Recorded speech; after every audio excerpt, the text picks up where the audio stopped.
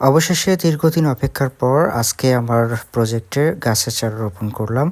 অনেকেই অনেক প্রশ্ন করেছিলেন এতদিন যে, "ভাইয়া আসলে আপনি কি লাগাবেন? আর সেটা কবে লাগাবেন? কি, কি থাকবে আপনার প্রজেক্টে?" সব মিলিয়ে এরকম অনেকগুলো প্রশ্ন ছিল। যাই হোক সব প্রশ্নের আজকে উত্তর দিব। আসসালামু আলাইকুম। আপনারা হয়তো দেখতে পাচ্ছেন যে, আমার পূর্বে যে কাজিন হচ্ছে আমার বেড়ার কাজের উদ্বোধন করেছিল, ওর হাত দিয়েই কিন্তু আমার যে গাছের চারা রোপণের সেটা উদ্বোধন করলাম। আর ও হচ্ছে ১ম চারাটা রোপণ করে দিল। আমরা যে চারাটা রোপণ করছি এটা হচ্ছে ভারত সুন্দরী কুলের চারা। সো কুলের চারা রোপণের ক্ষেত্রে একটা ব্যাপার কিন্তু অবশ্যই মাথায় রাখবেন, সেটা হচ্ছে কুলের যে নিচে মাটির চাকটা থাকবে ওইটার সমপরিমাণ গর্ত করবেন। এর চেয়ে বেশি গর্ত কিন্তু করা যাবে না। আর ১ম বছরে কুলের চারা রোপণের জন্য পারফেক্ট যে সাইজটা যে হলো দূরত্ব, সেটা হচ্ছে ৫ হাত বাই ৫ হাত। এটাই হচ্ছে বেস্ট অপশন ১ম বছরের জন্য। আমরা একদিকে হচ্ছে কুলের চারা রোপণ করছি, অন্যদিকে আমার ভাতিজা কিন্তু দেখছেন ঘুড়ি উড়াচ্ছে। আর ও ঘুড়ি উড়াবে না কেন? ওর তো আসলে ঘুড়ি উড়ানোর বয়স এখন। তো মাঝে, মাঝে হচ্ছে আমি একটু ডিরেকশন দিচ্ছি, প্লাস আমি ১ম এ দেখিয়ে দিচ্ছি প্রত্যেকটা ছেলেদের। আমার আব্বুকে বলেছিলাম যে কয়েকটা ছেলেপুলে নিয়ে আসার জন্য, কারণ এমনিতেই রমজানের রোজা রেখে সকাল থেকে এই বেডগুলা করেছি। তার উপরে এখন আমরা বিকাল সময়ে অর্থাৎ আসরের পূর্ববর্তী, জোহর এবং আসরের মধ্যবর্তী সময়ে প্রায় আমাদের ১৫০ পিসের মতো চারা রোপণ করতে হবে খুব অল্প সময়ে। এজন্য আমি আব্বুকে বললাম যে কিছু পোলাপান নিয়ে আসার জন্য।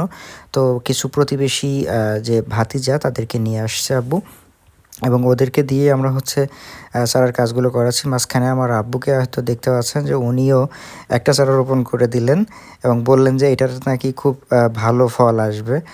আর মাঝে, মাঝে বাচ্চাদেরকে ওদেরকে হচ্ছে একটু ডিরেকশন দিতে হচ্ছে, কারণ ওরা অনেকে বুঝতেছে না।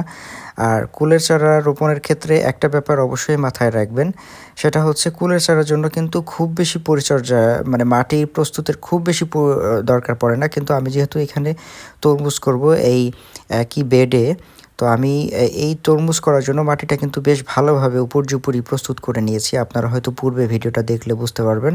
এখানে জৈব সার প্লাস কিছু রাসায়নিক সার দিয়ে মাটিটাকে দারুণ করে প্রস্তুত করে নিয়েছি।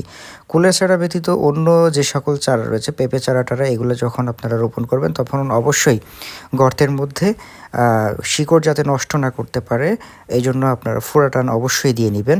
কুলের চারার ক্ষেত্রে এটা না দিলেও চলে। আর আমরা হচ্ছে গর্ত খোঁড়ার যে ব্যাপারটা সেটা করেছি আমি পূর্বে যেটা বললাম, যে একেবারে মাটির যে চাকটা থাকবে অর্থাৎ চারার যে মাটির চাক, ওই চাক বরাবরই হবে। ওইটা যদি একটু গভীর হয়ে যায় তাহলে আগে মাটি দিয়ে নেওয়ার চেষ্টা করবেন, তারপরে চারা রোপণ করবেন। তো আমার ভাতিজা আবার মাঝে, মাঝে আমাকে ২-১ টা চারা নিয়ে এসে হেল্প করে দিতেছে। আর আমি ওই চারাগুলো রোপণ করছি। মাঝে, মাঝে হয়তো আপনারা দেখতে পাচ্ছেন যে কিছু চারা আমরা চেঞ্জ করছি, কারণ ওইখানে কিছু রোগাটে বা দুর্বল চারা ছিল, সেগুলো আমরা বাছাই করে এক সাইডে রেখে দিচ্ছি, এবং ভালো যে চারা, সতেজ চারাগুলা, সেগুলো আমরা রোপণ করার চেষ্টা করছি। আমি মূলত আমার এখানে ৩টা জাতের কুলের চারা রোপণ করলাম আজকে। আর এই কুলের চারা রোপণের ক্ষেত্রে দূরত্ব রেখেছি আমি হচ্ছে ৫ হাত স্কোয়ারের। লাইন থেকে লাইনের দূরত্ব ৫ হাত, এবং গাছ থেকে গাছের দূরত্ব ৫ হাত। চারা রোপণের পরে যে পলি ব্যাগটা থাকে, সেই পলি ব্যাগ আমরা সুন্দর করে কুড়িয়ে সেটা আবার ফেলে দিলাম।